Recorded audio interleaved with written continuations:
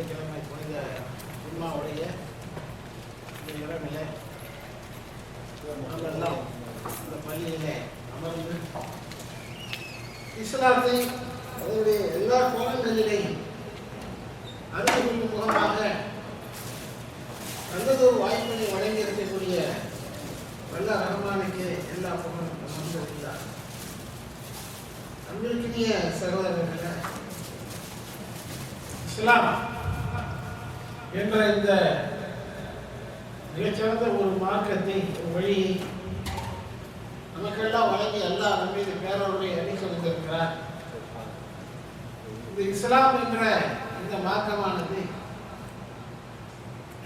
சித்தாந்த சிக்கல்களோ தத்துவ குழப்பங்களோ அல்லது எவருக்குமே விளங்காத ஆன்மீக கருத்துக்களையோ உள்ளடக்கிய ஒன்று அல்ல.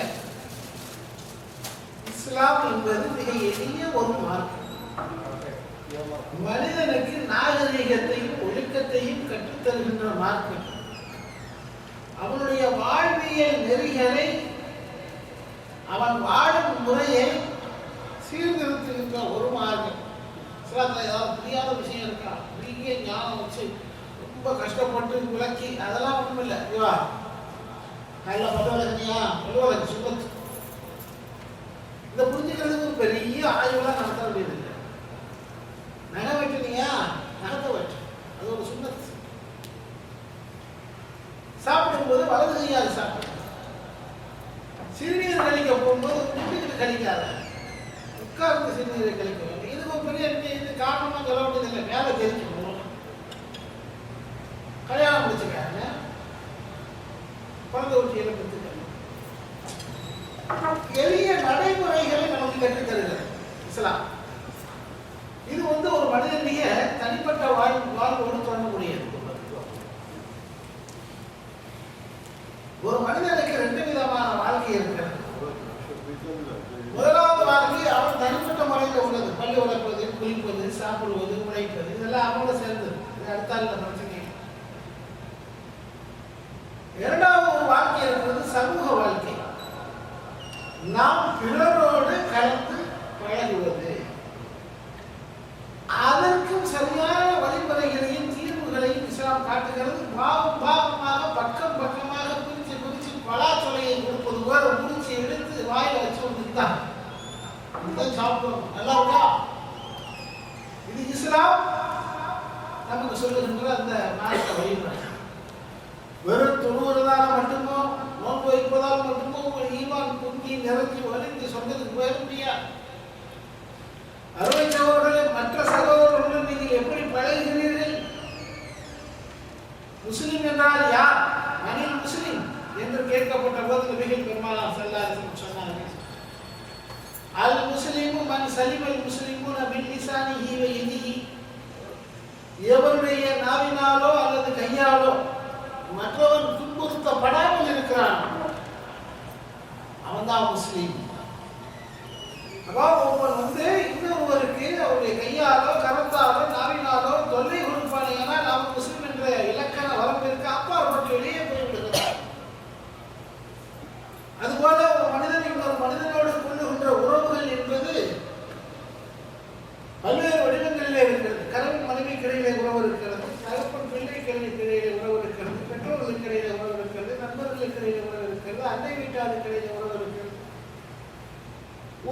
அதாவது வியாபார ரீதியில் நண்பர்களுடைய தொடர்பு இருக்கிறது, பல விஷயங்கள். இதுல மனுஷனுக்கு தேவையான சில விஷயங்கள் இருக்கிறது, அது பற்றியான சரியான தெளிவின்மை மனிதர்களுக்கு இருக்கிறது. அப்படிப்பட்ட பல விஷயங்களை இஸ்லாம் கற்றுத் தந்திருக்கிறது, முறைப்படுத்தி இருக்கிறது, அதை அழகுற சொல்லித் தருகிறது. உலகத்துல மனிதனுடைய குணாம்சங்களை அறிந்திருக்கக்கூடிய அல்லாஹ் ஒவ்வொன்றுக்கும் தீர்வை சொல்லித் தருகிறான். இப்ப இப்படி எல்லாம் பேசிட்டே போனா நானே ஒரு தத்துவ கிளாஸ் நடத்துற மாதிரி போயிடும். அதெல்லாம் ஒன்றும் இல்லை சகோதரர்களே. வாழ்க்கையில ஒவ்வொரு மனிதனும் பிடிக்க முடியாத ஒரு அம்சத்திலே மாற்றிக்கொண்டிருக்கிறார். எல்லா மனிதர்களிடத்திலேயும் அது இருக்கிறது. அது இல்லாமல் மனிதன் இல்லை, ஆணும் இல்லை, பெண்ணும் இல்லை, உலகமே இல்லை. அப்படிப்பட்ட ஒரு விஷயம் என்ன? மூச்சு விடுறதுலாம் சொல்லக்கூடாது. அது என்னவென்றால் ஒவ்வொரு மனிதனும் ஏதோ ஒரு சந்தர்ப்பத்தில் எப்போதாவது கடன் வாங்குகிறார். வாழ்க்கையில் கடன் வாங்காத யாராவது இருக்காங்களா? எல்லாரும் ஏதோ ஒரு விதத்தில் எப்படியாவது யாருக்காவது 10,000 வாங்கிருக்கான். அவன்கிட்ட 10 கோடி ரூபாய் சொத்து இருக்கும். மக்காலாவில் 80 ரியால் கொடுக்க வேண்டி இருக்கும். இதை கொடுக்காம வச்சுட்டு நமக்கு போன் அடிச்சு கேட்போம், கடன் இருக்கு போகும்போது உம்ராவுக்கு போகலாமா? ஆனால் 10 கோடி ரூபாய் சொத்து வச்சுக்கிட்டு 10 ரியால் கடனை காட்டிட்டு நீங்க உம்ராவுக்கு போகிறது தர முடியிருக்கான்னு பார்க்குறியா? இதுக்கு பேர் கடன் இல்லை தம்பி. கடனாளி என்பவன் யார் பேசினா வழக்கம் தெரியுது, பின்னாடி நம்ம சொல்லுவோம். ஆக எவ்வளவு பெரிய கோடீஸ்வரனாக இருந்தாலும் எப்படியாவது எங்கேயாவது யாராவது ஒரு இடத்துல ஒரு கடன் வாங்கித்தான் ஆகும். கடன் இல்லாமல் மனிதன் வாழ முடியாது.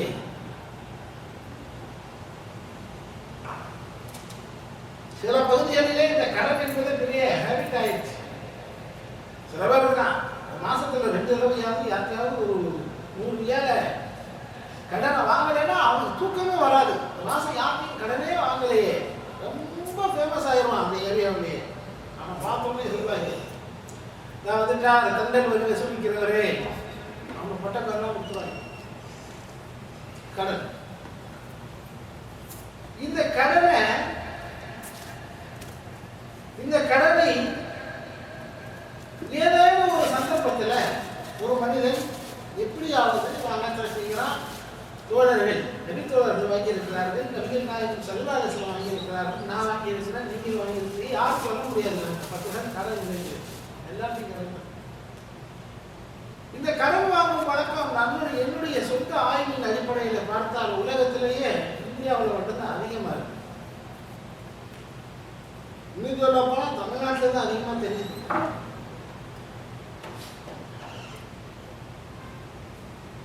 இந்தியாவில் போய் ஆரம்பத்தில் ஸ்கூலில் போய் படிக்க போகும்போதே கணக்கு வருவார்.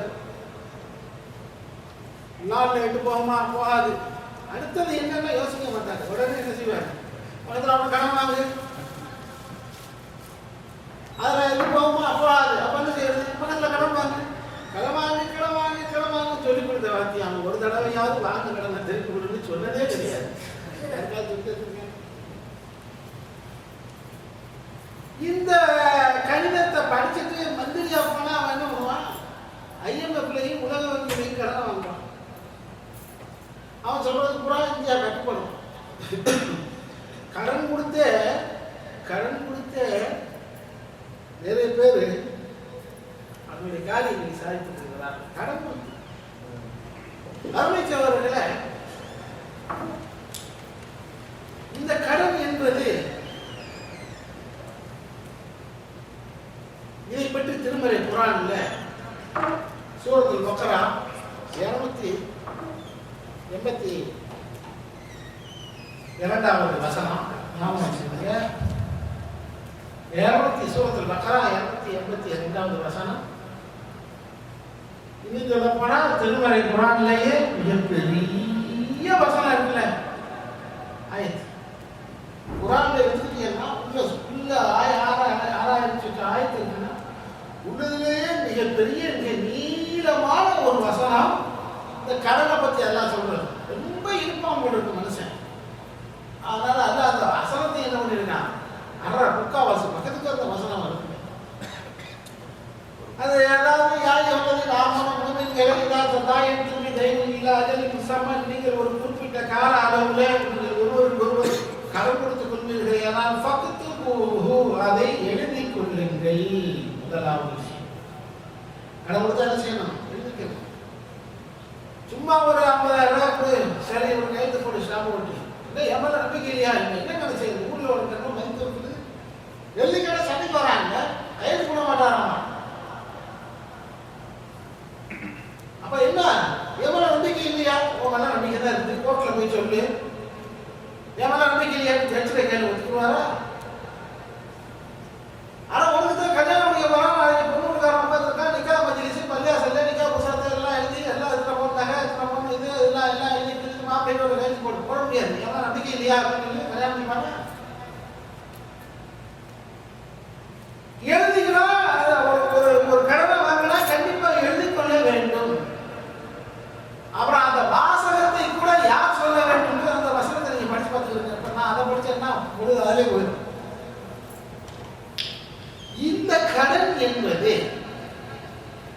இஸ்லாம் வரவேற்கிறதா வெறுக்கிறதா? கடன் வாங்கலாமா? மார்க்கத்தில் அனுமதி உண்டா என்றால் மார்க்கம் அனுமதிக்கிறது. கடன் வாங்கலாம். எப்ப கடன் வாங்கலாம்? ரெண்டே சந்தர்ப்பங்கள்ல தான் ஒரு மனுஷன் கடன் வாங்கலாம். ஹதீசுகள் ஆய்வு செஞ்சா அதுக்கு உங்களுக்கு ஹதீசுகள்லாம் இருக்கு போட்டோம்னு டைம் பத்தாது. ரெண்டே சந்தர்ப்பம். ரசூல் ஸல்லல்லாஹு அலைஹி வஸல்லம் ரெண்டு சந்தர்ப்பத்தில் தான் கடனை வாங்கி இருக்கிறார்கள். முதலாவது சந்தர்ப்பம், அவன் தன்னுடைய உயிரை காப்பாற்றிக் கொள்வது அளவுக்கு போதுமான உணவு இல்லாத பஞ்ச வறுமை நிலையில் இருப்பானேனால் ஒரு கோதுமையவோ அரிசியவோ இதையோ என்ன செய்யலாம்? அந்த தானியத்தை கடனாக வாங்கலாம், அல்லது அதற்குரிய நாணயத்தை இன்னொரு இடத்துல கடனாக பெற்றிருந்த அந்த தானியத்தை வாங்கலாம். இது முதலாவது. இரண்டாவதாக, இஸ்லாத்தின் மீது வன்முறை தொடுக்கப்படுகிற போது முஸ்லிம்களையும் இஸ்லாத்தையும் காப்பாற்றுவதற்காக ரசூல் ஸல்லல்லாஹு அலைஹி வஸல்லம் அவர்கள் போர்க்களங்களுக்கு செல்லுகிற போது அந்த போர்க்களத்திலே தேவைப்படும் குதிரை, ஆயுதங்கள், தளவாடங்கள் இவற்றைக்கெல்லாம் பணம் இல்லாத நேரத்திலே நபிகள் பெருமானார் ஸல்லல்லாஹு அலைஹி வஸல்லம் கடன் வாங்கியிருக்கிறார்கள். ஞாபகம் வச்சுக்கோங்க, கடன் என்பது ரெண்டு சந்தர்ப்பத்தில் தான் அதை சொல்ல வாங்கியிருக்கிறார்கள். ஒன்று பசியை உசுரை காப்பாற்றணும் இருக்கு, ரெண்டாவது போருக்காக. இப்போ நம்ம எடுத்துக்கிறோமே, இப்போ நம்ம யார்கிட்ட போய் யார் பண்ணிக்கிட்டு எவர்கிட்ட போய் ஜனம் விட்டு நிற்க போகிறான்? அதெல்லாம் செய்ய போகிறது இல்லை. அதனால ஒன்று அடிக்கிட்டு போயிடுச்சு. செய்யாமலேயே சும்மா செய்யணும்னு சொல்லி இருக்கிறாங்க. இன்னொன்று என்னன்னா, உயிரை காப்பாற்றிக் கொள்வதற்கு தேவையான அளவு உணவு பொருள் அதை வாங்கணும். அதுவும் இன்னைக்கு இல்லை. நமக்கு அதான் அளவு கொடுக்குது. ரேஷன் கடையில் போய் கேட்டாக்க 20 கிலோ சும்மா அதை கொடுக்குறாங்க தான். அதை வாங்கிட்டு 20 ரூபா ஆட்டோவை கொடுத்து வீட்டுக்கு கொண்டு போகிறாங்க. வாசல்ல அந்த காலத்துலாம் இப்போ சாப்பிட்டு வந்தால் தோலில் ஒரு பையன் தொங்க போட்டுக்கிட்டு இருப்பான். காலமாக கொடுக்குற அரிசியை வாங்கி அதை 2 கொட்டிக்கிடுவான். சில பேர் 2 போட்டிருப்பான். தலை பிரித்து கொட்டுவாங்க பிச்சைக்காரன். இப்போ அவனை உடனே அரிசியை கொடுத்தோம்னா யாருக்கு வேணும் இந்த அரிசி? இதை தூக்கிட்டு யார் சுமக்கிறது? எத்தனை கிலோ தந்தான் அவங்க ஊரில்? 20 கிலோ. எங்களுக்கு 35 கிலோ வரணும் போட்டு கீழே இருக்கிறோம். அவங்களுக்கு 35 கிலோ ஃப்ரீயாக கிடைக்குதாமா? நாங்களே 35 கிலோ வாங்கி வச்சுட்டு யாருக்கு கொடுக்கணும் பார்த்துருக்கோம். பணம் இருந்தால் கூட 20 கிலோ அரிசி ஃப்ரீயாக அவ்வளோ வேண்டாம் என்று சொல்லத்தக்க அளவில் இன்றைக்கு அரிசி பிரம்மாண்டமாக இன்றைக்கு தமிழ்நாட்டில் வந்து புழக்கத்தில் இருக்குது. மதுரையில் ஒரு இடத்துல அரிசியை வாங்கி, அரிசி வாங்கினா மற்ற சாமான் வந்தாலும் அரிசியை வாங்கி வச்சுட்டு சோப்பு எண்ணெய் எடுத்துக்கிறாங்க. அங்கேருந்து வந்த ஒருத்தன் பார்த்தா பையன் நல்ல பையன் இருக்குது, அரிசி வாங்கின பையன். அவன் அரிசி தூக்கி சாக்கடையில் விட்டு பையன் எடுத்துக்கிட்டான். ட்ரைனேஜ் கிளீன் பண்ணுறான், வந்து கத்திக்கு நிற்கிறான். எவ்வளோ அரிசி எடுத்துட்டு இதில் ஒன்று கொட்டாங்க, அடிக்க கொடுத்து வெளியே கொடுங்கடா, இதில் ஒன்று கொண்டாதுடா, எனக்கு பிரச்சனையாக இருக்கு அப்படின்னு. அந்த அளவுக்கு ரொம்ப லோவாக போயிடுச்சு அரிசி. அதனால அதுக்கு நம்ம கடன் வாங்க வேண்டிய அவசியம். ஆனாலும் எல்லோரும் கடனோடு இருக்கிறதை எதுக்கு வாங்கணும்? அதான் கேள்வி. எது வாழ்க்கைக்கு உங்களுக்கு மேலதிகமாக அவசியம் இல்லாமல் அனாவசியமாக இருக்கிறதோ, பகட்டுக்கு வாங்கி இருக்கிறோம். தங்கம் வாங்கி போட்டு ஜொலிக்கணும் என்று பெண்கள் ஆசைப்பட்டு அதில் கடன் வாங்கியிருக்கோம். அது எதுக்கு கடன் வாங்கணும்? இன்னொரு மாடியை எழுப்பி பெரிய பெருமையாக வாழலாம் என்று சொல்லி வீட்டில் முடிஞ்சு பல கோடியை கொண்டு கொட்டிட்டு பணம் இல்லாமல் அதுக்கு கடன் வாங்கியிருக்கான்.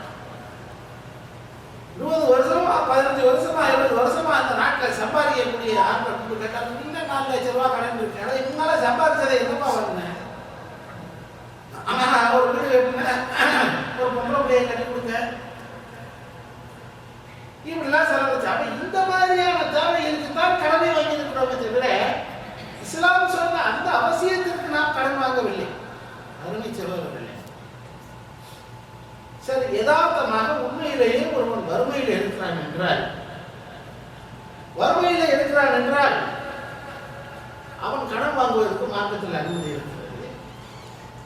அவனுக்கு கடன் கொடுப்பது நன்மையான காரியம் என்றும் நபிகள் பெருமானார் ஸல்லல்லாஹு அலைஹி வஸல்லம் சொல்லவும் செய்கிறார்கள். இப்போ ஒரு சில செய்திகளை பார்க்கலாம். ஒருத்தன் கடன் வாங்கினா என்ன செய்யணும்? குறிப்பிட்ட தவணையில வாங்கிய கடனை திருப்பி கொடுத்து விட வேண்டும். நல்லா தெரிஞ்சுக்கிறீங்க. இந்த நாட்டிலேயே நிறைய பேர் பல பேருக்கு ஆடையை போட்டு என்ன செஞ்சிடறான், புறப்படுற தேதியை சொல்லாமலே எக்ஸிட்ல போயிடறோம். அந்த கிராமத்துக்கு தேடி தேடி போறாங்க. இவனை என்னது அந்த 500 தரணும், 2000 தரணும், ஒழியாந்துட்டான். உனக்கு காசு கிடைக்காதுன்னா இந்த ஊர் பஸ் ஸ்டாண்டில் இறங்கணும்னு ஒருத்தர் சொல்லி நான் டிக்கெட் சொல்லுவாங்க. ஏற்கனவே 16 ரூபா அவன் தேடி வந்துட்டு போயிருக்கேன். இவன் என்ன நினைத்துக் கொண்டு இருக்கிறான், கடனை வாங்கிட்டு தப்பிச்சு போயிடலாம். அருமை சகோதரர்களே சகோதரிகளே, கடனை வாங்கிவிட்டு ஒருவன் சொர்க்கம் செல்ல முடியாது. பெருமானார் ஸல்லல்லாஹு அலைஹி வஸல்லம் சொன்னார்கள், ஷஹீத் இருக்கிறார், ஷஹீதுல அல்லாஹ்வுக்காக போர்க்களத்திலே போராடி எதிரியோடு மோதி வெட்டுண்டு ஷஹீதான ஷஹீத், அவருடைய ரத்தம் பூமியிலே விழுகுவதற்கு முன்னதாகவே அவருடைய பாவங்களை அல்லாஹ் மன்னித்து விடுகிறார்.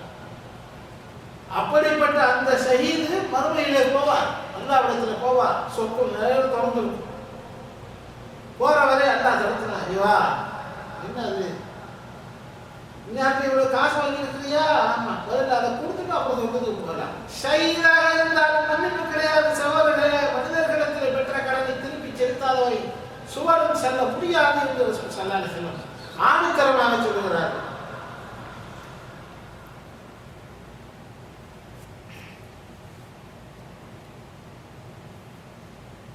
ஒரு கடனை வாங்கினால் பொதுவாக மனுஷன் உள்ள குணம் என்னன்னா, ஒருத்தருக்கு ஒரு டீயை வாங்கி கொடுத்தா சரி, ஒரு 24 மணி நேரத்துக்கு நான் பார்த்தோம்னா சிரிக்கணும்.